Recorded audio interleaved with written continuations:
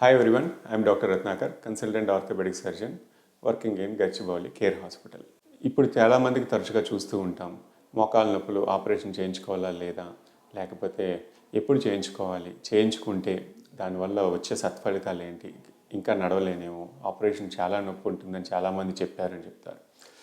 మోకాళ్ళ ఆపరేషను అరుగుదల వచ్చిన తర్వాత ఆర్థరైటిస్ వల్ల ఇబ్బంది పడుతూ తన దైనందిన కార్యక్రమాలు అంటే రొటీన్గా నించొని చేసే పనులు కానీ, బాత్రూమ్కి వెళ్ళి రావటం కానీ, గడప దాటాలంటే భయపడేవాళ్ళు, ఇలాంటి వాళ్ళకి ట్యాబ్లెట్ వేసుకుంటే కానీ నాకు పని అవ్వట్లేదు అన్న వాళ్ళకి ఆపరేషన్ అవసరం అవుతుందండి.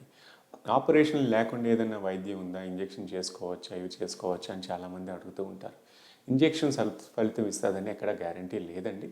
బట్ ఎర్లీ స్టేజ్లో ఇచ్చిన వాళ్ళకి కొంతకాలం, అది సంవత్సరం అవనివ్వండి, 6 నెలలు అవనివ్వండి, కానీ ఉపయోగపడే అవకాశం ఉన్నది. ఒక స్టేజ్ దాటిన తర్వాత ఇంజెక్షన్ అన్నది వర్తించదు. ఎందుకంటే కాళ్ళు ఆల్రెడీ వంకరపోతాయి. వంకరపోయిన కాళ్ళని స్ట్రైట్ చేయాలి. ఇవన్నీ బ్యాలెన్సింగ్ ఇష్యూస్.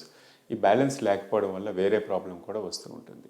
ఇంజెక్షన్ సత్ఫలితం ఇస్తుందా లేదా అని చాలామంది అడుగుతూ ఉంటారు.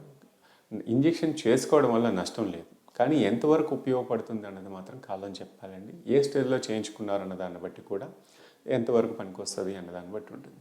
అది పిఆర్పి అవనివ్వండి, స్టెమ్ సెల్స్ అవనివ్వండి, స్టిరాయిడ్ అవనివ్వండి. సో ఎక్కువగా అంటే స్టేజ్ 3, స్టేజ్ 4 వల్ల ఇబ్బంది పడుతున్న వాళ్ళకి సత్ఫలితం అయితే తక్కువ వస్తుంది. స్టేజ్ 1, 2లో ఉన్న వారికి యుక్త వయసు అంటే ఏజ్ తక్కువ ఉన్న వాళ్ళకి, ఆర్థరైటిస్ మొదలైంది ఇప్పుడే అన్న వాళ్ళకి మాత్రం ఫలితం అన్నది ఎక్కువ ఉంటుందండి. Thank you.